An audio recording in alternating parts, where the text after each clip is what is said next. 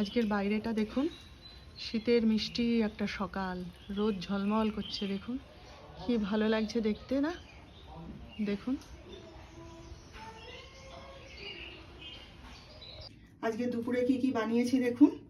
এই যে ধনেপাতার বড়া, এখানে হচ্ছে শিম ভাজা, আর এই হচ্ছে পুঁই বীজের তরকারি, আর এখানে হচ্ছে মুগের ডাল, আর এখানে দেখুন ডিম সেদ্ধ আছে, আর এই হচ্ছে একটা সবজি বানিয়েছি, আর এই একটা ব্রকলি দিয়ে আলু দিয়ে সবজি। বাইরে আজকে কনকনে ঠান্ডা, সেই জন্য বেরোনোর কোনো ইচ্ছেই নেই। তাই এক কাপ গরম চা আর দুটো বিস্কুট নিয়ে কম্বলটা গায়ে চাপা দিয়ে টিভি দেখতে বসবো একটুখানি।